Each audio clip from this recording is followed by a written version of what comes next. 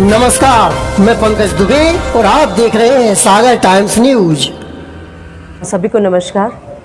आज जो press conference मैंने बुलाई है, ये जो जानकारी मैंने चीफ इलेक्शन ऑफिसर की वेबसाइट से निकाली है, उसमें आप पूरी जानकारी देखेंगे डिटेल। 2013 और 2018 इसमें जो वोटर लिस्ट है, 2013 से 18 तक में लगभग 5 साल में जो हमारे नए मतदाता वोटर्स इंक्रीज़ हुए थे वो 8,500 थे। लेकिन 2018 से 20 2 साल के बीच में ये जो नए वोटर जुड़े हुए हैं ये लगभग 13,000 हैं। तो यहीं पे ये मैटर आता है कि महज 2 साल में नए मतदाता इतना कैसे बढ़ सकता है। और ये जो इंक्रीज़ हुआ है वो लगभग 8,500 से 9,000 वोटर्स जो हैं वो फॉल्स नाम जोड़े गए हैं, मतलब फर्जी मतदाता के नाम लगभग 8,500 से 9,000 जोड़े गए हैं।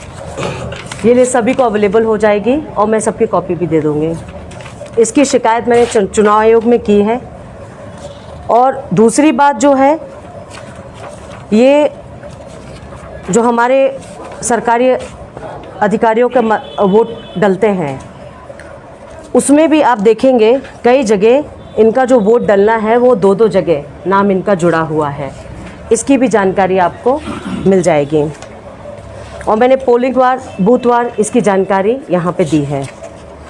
और ये जब मैंने देखा कि इस तरह से इतना नंबर 2 सालों में बढ़ा है तो शक हुआ कि ये कहीं ना कहीं फर्जी नाम जोड़े गए हैं।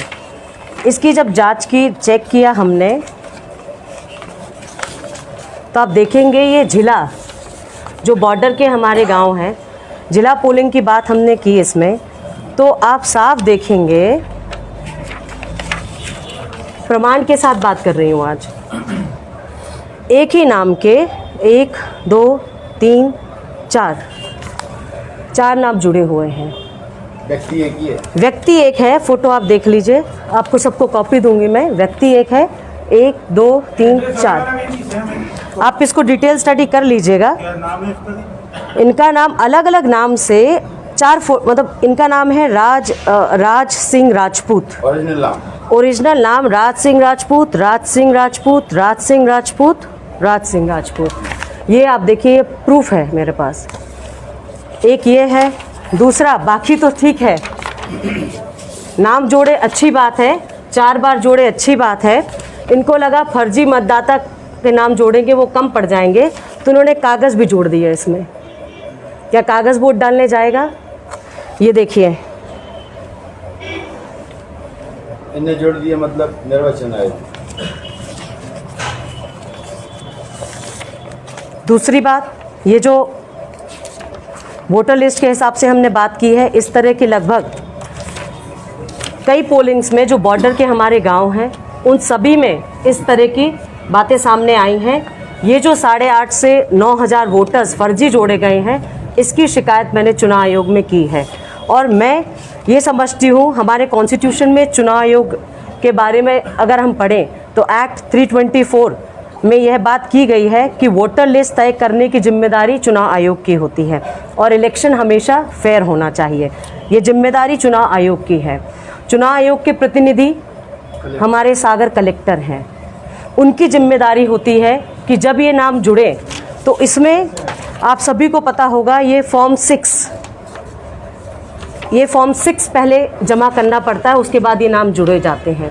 तो क्या ये कागज़ भी फॉर्म 6 जमा करे हैं? इसकी जानकारी आप लोग लीजिए। ये कलेक्टर के सुपरविज़न में होता है, जिसमें पूरी तरह से गड़बड़ी सामने आई है। और ये जो मुझे लगता है सागर कलेक्टर आज बीजेपी कैंडिडेट के रिप्रेजेंटेटिव प्रतिनिधि बन के काम कर रहे हैं। जिस तरह से आज बीजेपी को लग रहा है कि सुर्खी विधानसभा क्षेत्र में जनता चुनाव लड़ रही है, हार के डर से जो ये फर्जी नाम जोड़े गए हैं, मैं मीडिया से ये अनुरोध करती हूँ, आप सब डेमोक्रेसी के चौथे स्तंभ हैं और आप सब लोकतंत्र की रक्षा के लिए आज फील्ड में जाइए, ग्राउंड रिपोर्टिंग करिए। क्योंकि एक बार सुर्खी विधानसभा क्षेत्र की जनता के साथ छलावा हो चुका है, धोखा हो चुका है। अब जब सामने स्थिति बनी कि इस बार जनता खुद चुनाव लड़ रही है, जनता जवाब देने के लिए तैयार है, तो अब इस तरह के काम किए जा रहे हैं। आपने कलेक्टर को हटाने की मांग की है क्या आयोग? मैंने आयोग से पूरी मांग की है, आपको सारी कॉपीज दे दूंगी मैं, क्योंकि आपके सामने मैंने यही बात की। कल ये मामला दिग्विजय सिंह ने चुनाव आयोग के रिप्रेजेंटेटिव कलेक्टर ही होते हैं, उनके सुपरविजन में ही ये सब काम होते हैं। आप फर्जी नाम जोड़ रहे हैं, आप फर्जी कागज़ जोड़ रहे हैं। वोटर्स तो ठीक है, इंसान भी गायब है, यहाँ पे कागज़ जोड़े जा रहे हैं, ये कुछ ज़्यादा हो गया है। दूसरे जो आपके अधिकारी वोट डालेंगे बैलेट के, तो क्या वो एक ही जगह, एक ही व्यक्ति क्या दो जगह अपना वोट डालेगा, ये दूसरी शक आता है। तीसरी बात, आप सबने वीडियो देखा होगा कि किस तरह से वृद्ध लोगों के और जो हमारे विकलांग भाई हैं उनके वोटर्स घर घर जाके जो डलवाए जा रहे हैं, उसका कोई प्रमाण नहीं है, ना उसका रिकॉर्डिंग हो रहा है।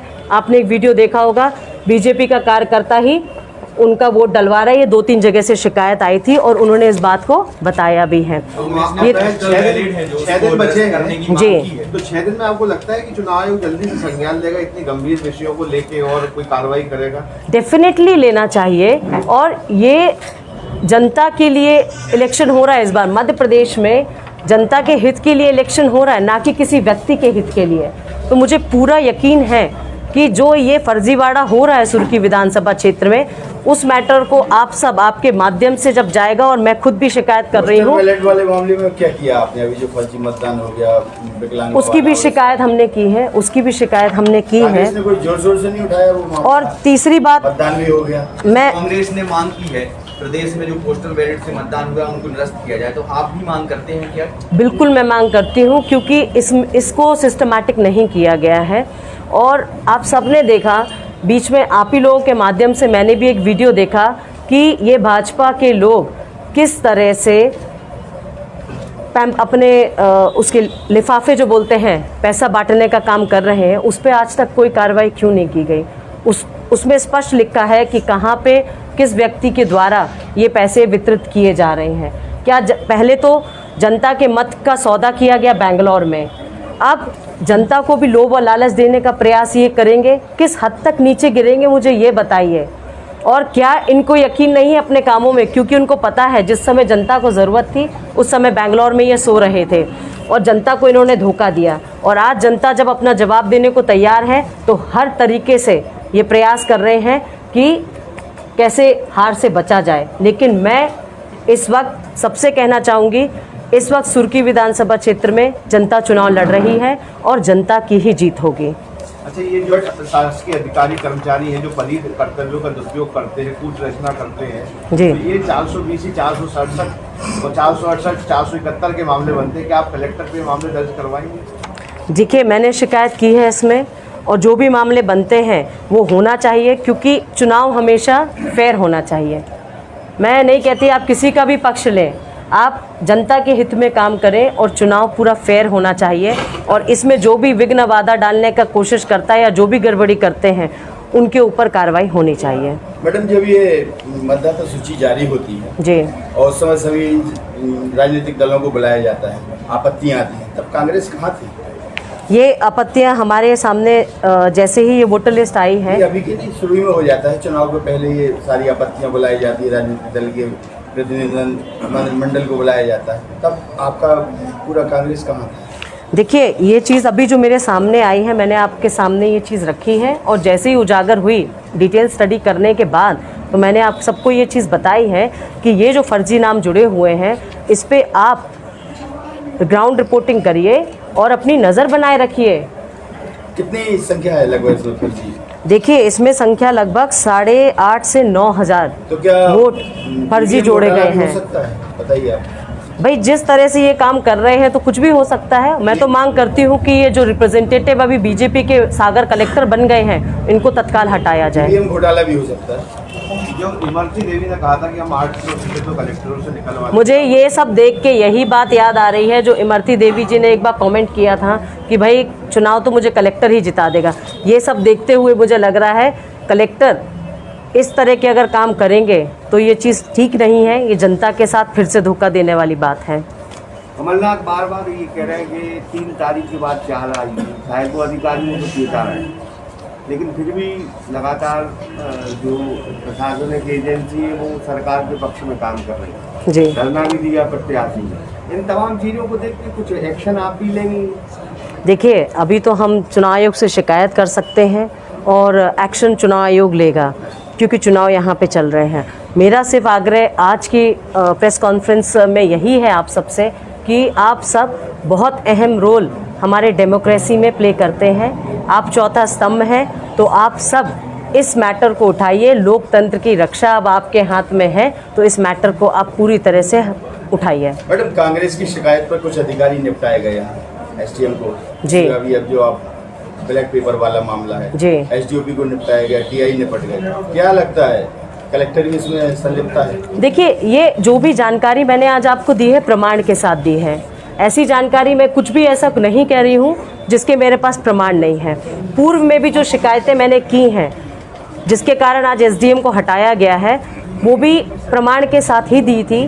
तभी ये एसडीएम और टीआई पे कार्रवाई हुई है, क्योंकि ये लोग एक तरफा काम कर रहे थे। और मुझे पूरा यकीन है चुनाव आयोग पे कि इस वक्त जो ये मैंने प्रमाण दिए हैं, फर्जी वोटर्स जो जोड़े गए हैं, उस पे भी चुनाव आयोग स्ट्रिक्ट एक्शन लेगा और तत्काल कलेक्टर को हटाएंगे यहाँ से। ये जो शिप जोड़े गए हैं, ये कहाँ के लोग हैं, कहाँ से लाए इतने लोग?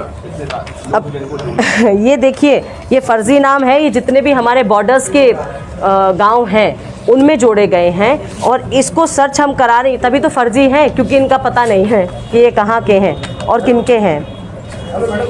जी, जैसे कि बताया जा रहा है यूएसपी के द्वारा आपके पिताजी के ऊपर हत्या के आरोप लगाए, उसमें कोई सफाई नहीं दी गई है। उसके पहले भी भाजपा में जब थे आप, तो उन्हें कहा गया था कि भाई दारू वाली फैमिली से है, जिसमें कोई सफाई नहीं आई मैडम अभी तक। देखिए, मेरा एक स्पष्ट कहना है कि हमारी राजनीति, चाहे मेरी हो मेरे परिवार की, साफ रही है। हमने सिर्फ जनता की सेवा की है।